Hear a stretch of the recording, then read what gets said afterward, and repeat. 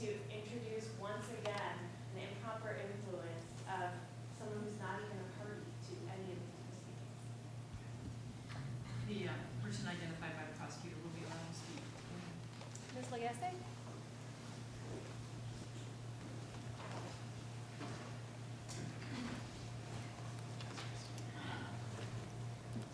Hana, your name means grace. Today you are known by a different last name, but in the land where you took your first breath of life, your last name is Alemu, which means his world. And so we will remember you as Hana Alemu, grace of his world. The country and people that loved you could not provide for you. Like so many thousands the world over, you crossed oceans and land with the promise of a better life. When you left behind poverty and hardship, your young heart beat with anticipation of a new beginning. You dreamt of a warm and loving home. You dreamt of education. You dreamt of making new friends. You dreamt of becoming a writer, a teacher, a pilot, a doctor. The possibilities seemed endless. You dreamt of perhaps one day starting your own family. You wished you could someday help those children back in your native land so they too may taste a bit of the sweet life. You looked forward to reaching that magic age when you might learn how to drive a car, just like so many teenagers of your adopted land. How exciting it must be to take that first step towards independence. Alas, that was not to be. Those who promised to love and care for you broke a sacred trust. Under the guise of parenting, they tortured you to break your spirit. Perhaps because they failed in that, they subjected you to cruelty that no loving parent would ever subject their child to.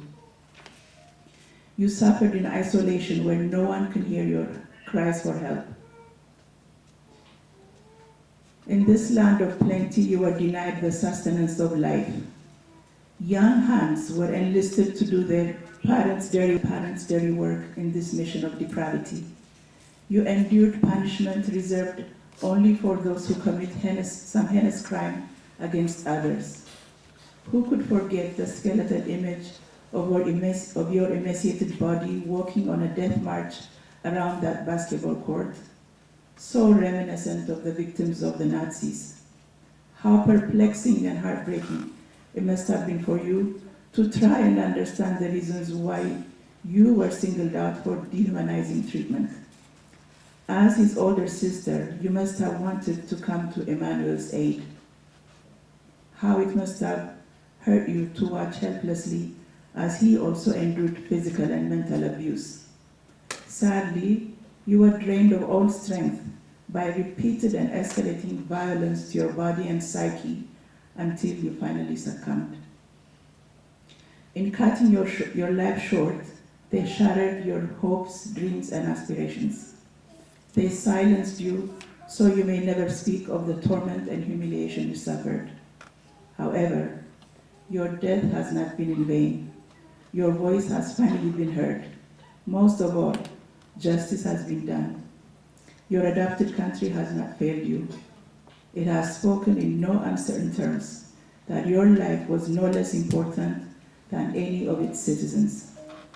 It has asserted that you were denied of life, liberty, and the pursuit of happiness.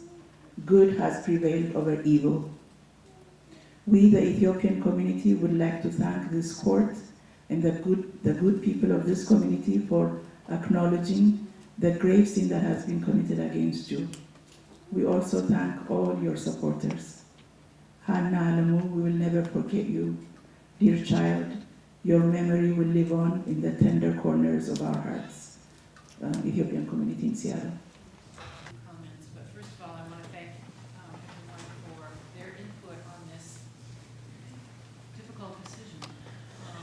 I specifically want to thank the jurors. I see familiar faces over there in the jury box where I looked over to see those same faces for 7.5 weeks as we worked together on this case. I'm glad you're here. Thank you, everyone else who spoke. I appreciate all of the information that you provided and all of the input and all of the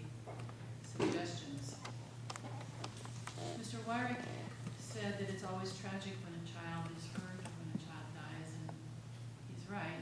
It's one of the saddest things that we have to deal with here in Superior Court. Unfortunately, it happens far too often. But generally speaking, when it does happen, even though we have to struggle to accept it, we can at least start to understand how it came about. Sometimes it's drugs and alcohol, sometimes it's anger management problems, sometimes it's mental illness or exhaustion. Whatever it is, and whether it's an excuse or not, we at least have some understanding of how a parent's judgment,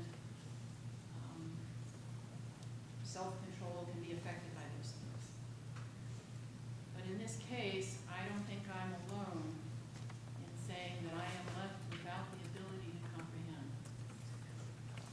I am at a complete loss. I think at one time or another during this trial, each and every one of us sat stunned and speechless, without the slightest hope of making any sense of this whatsoever.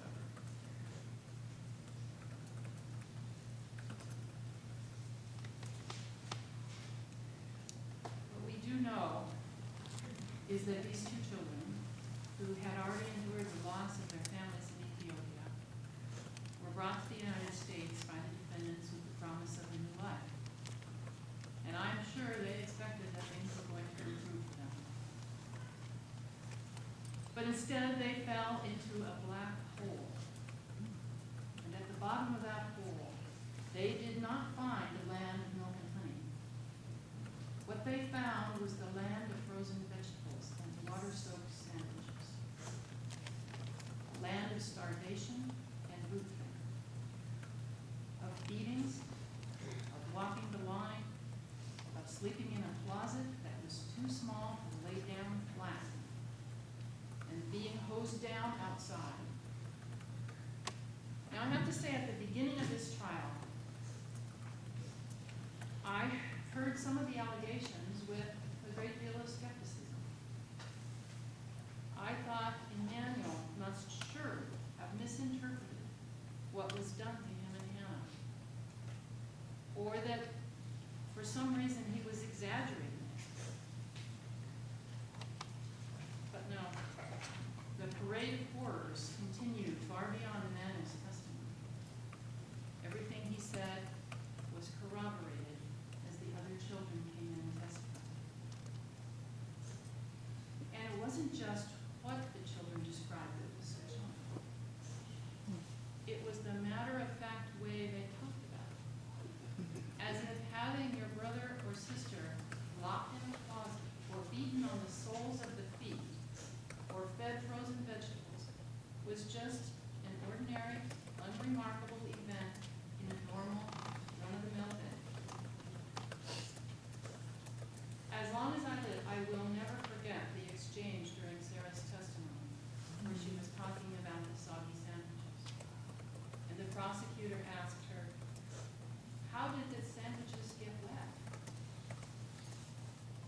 And Sarah's answer, without any shame, without any remorse, without any hesitation whatsoever, was, "We put water on them."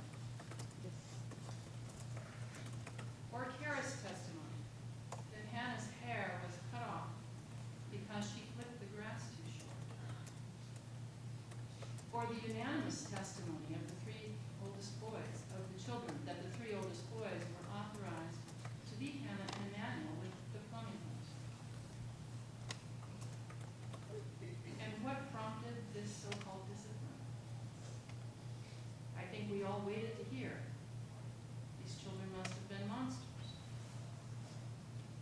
But no one seemed to have a very good memory of what it was that prompted these acts by Mr. and Mrs.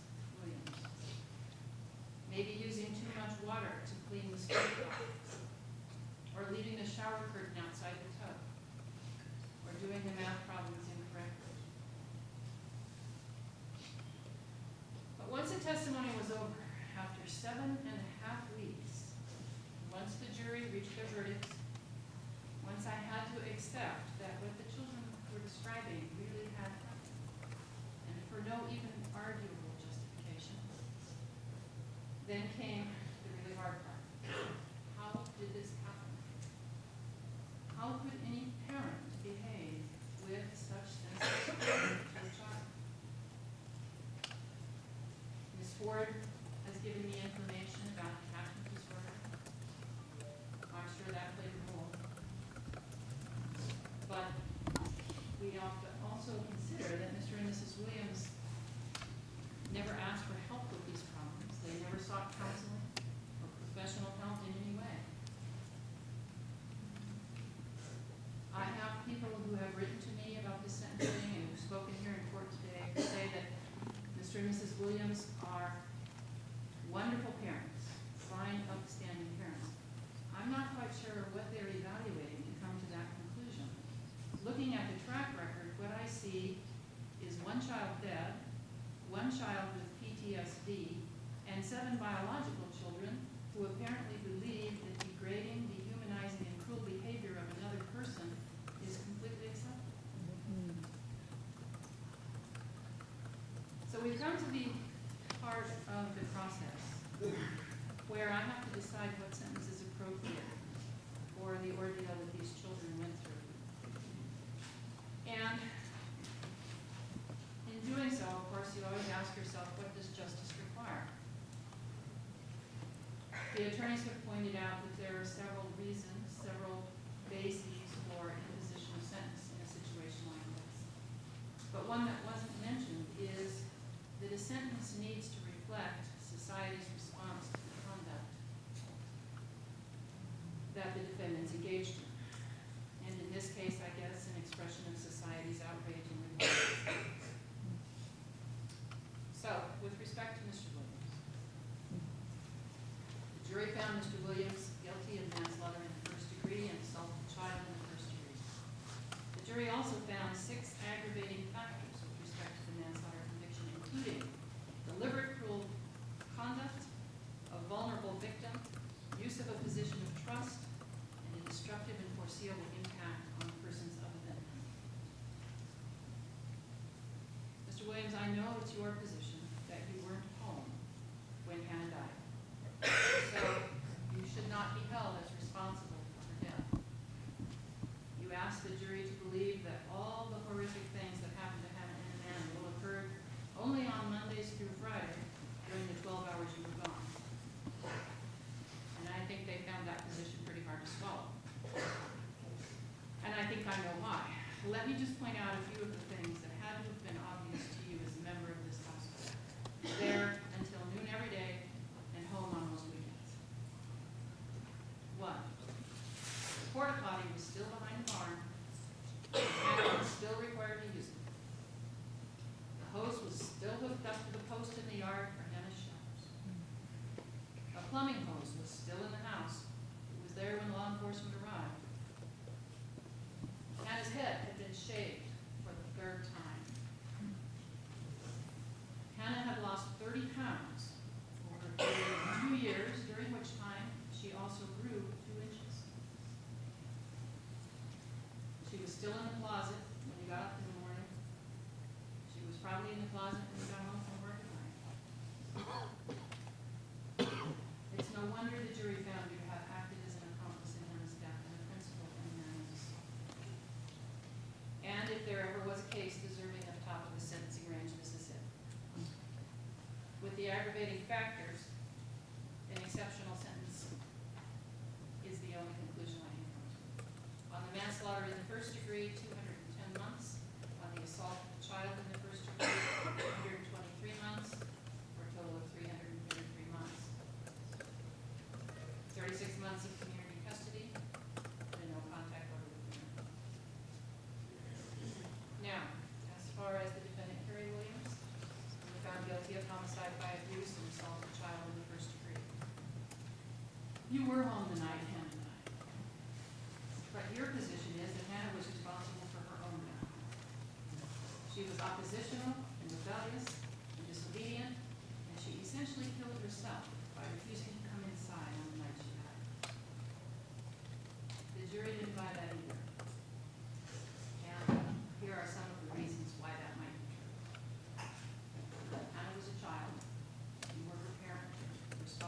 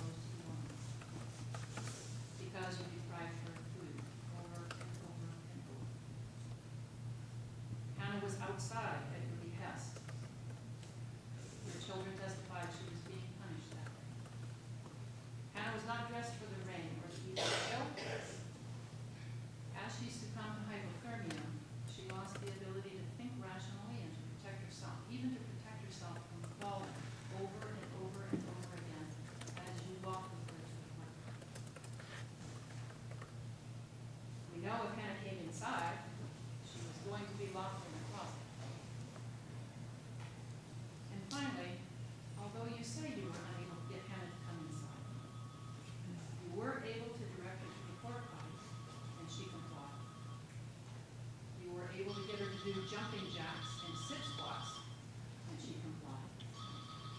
And we were able to hit her with the plumbing hose and have her brothers do so as well. How is it that you can get her to cooperate with all of those things, but you're not able to get her to come in the house?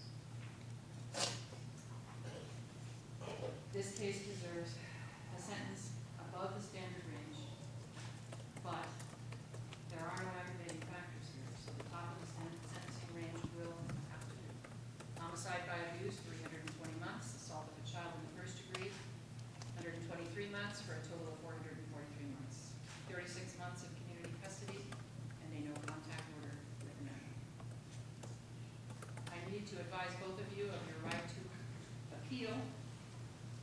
There are documents here for each of you. You can go over these with your attorney, but I am required to read this to you. Each of you have the right to appeal your conviction. Each of you have the right to appeal a sentence outside the standard sentencing range. Unless your notice of appeal is filed within 30 days after the entry of judgment, your right to appeal is given up forever. The Superior Court clerk will, if you request and you're appearing without an attorney, supply you with a notice of appeal form and file it after you have completed it. You have the right, if you are unable to pay the costs thereof, to have an attorney appointed and portions of the trial record necessary for review of assigned errors transcribed at public expense for your appeal. There are other types of challenges to the judgment and sentence. Those are called collateral attacks, and there are time limits on all of those as well. I'm going to hand down your record of advice and right to appeal to each of you. There's a place for your signature and your attorney's signature at the bottom of each of these documents.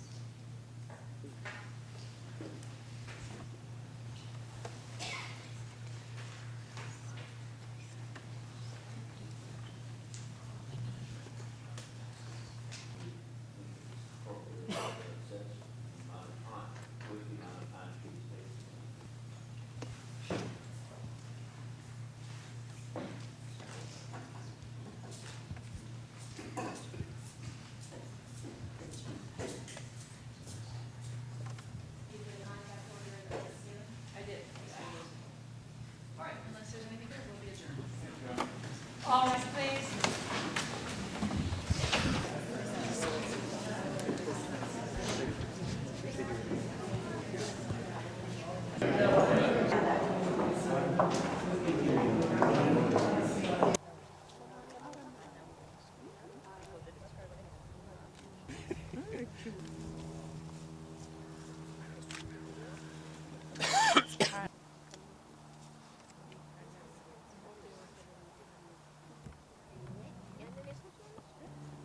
You know everything. I mean, we requested to do a headstone for Hana, and the Williams family blocked through the cemetery or the court, not for the community. Yeah, I mean, everybody tried, but in the end, there was nothing to be done. And so this is, They claim this is their property. it is purchased by their family, and they have legally the right to control the headstone, so. ኤኒዌይ የሚለው ምንድን ነው? ስም ከመቃብር በላይ ይውላል። የተሻለ ህይወት ይሆንልኛለሽ ወደ አሜሪካን መተሽ ነበር ድህነትን ሸሽተሽ አማኑኤል ጋር አየር ማረፊያ ተቀበልሽ እህት ወንድሞች አባት እናቴ ብለሽ ለጊዜም ወላጆችሽን ደሽ አክብረሽ አመስ አሳልፈሽ ነበር አባባና ማማ ብለሽ ታዲያ ምን ያደርጋል ሳይታሰብ በረሃብ ቀጮሽ እንደ ልጅ ሳትጫወቺ ትምህርት ቤትም ገብተሽ ወግ ሳያውቅሽ ከቀን ጨለማ በልቶሽ የአሜሪካንን ኑሮ ሳታይ እቤታቸው ዘጉብሽ ውሃ ልጄ የሌሊቱን ቁር ተቀብለሽ እንዴት ቻልሽው ባልበላ ጉልበትሽ ይበቃኛል ይህ ምን አደርጋለሁ ብለሽ አማኑኤልን ነጻ ለማውጣት አንቺ ሰዓት ሆንሽ እኔን ከንበል ያድርገኝ ልጄ ባጭር ተቀጨሽ ወገን እንደሌለሽ ማንንም አውቅ ከበሩሽ ሀና ወገኔ ዓለሙ ሁሉ ሰማሽ ደመከልብ ሳትሆኚ ወገኖችሽ በህይወት ያላወቁሽ የቆጫቸው ወገኖችሽ ደምሽን ለመበቀል ታገሉልሽ ስምሽ ከመቃብር በላይ ተጻፈ ዋ ልጄ ሀና አለሙ ሁሉ ታሪክሽን አሰሙልሽ ስምሽ ከመቃብር በላይ ተጻፈልሽ ደብቆ የነበረው መቃብርሽ በዩኒየን ሴሜሪ ምስራቅ በኩል ተገኘሽ። የኢትዮጵያ ኮሚኒቲ በጎ አድራጊዎችሽ የአመት የተሸገውን ጥቃትሽን ሃና አለሙ ሁሉ አሰሙልሽ። በዛሬው ቀን ፍርድሽን አግኘሽ። እግዚአብሔር ለትንሣኤ ያብቃሽ። ስምሽን ከቀር በላይ አላፍሽ። አመሰግናለሁ።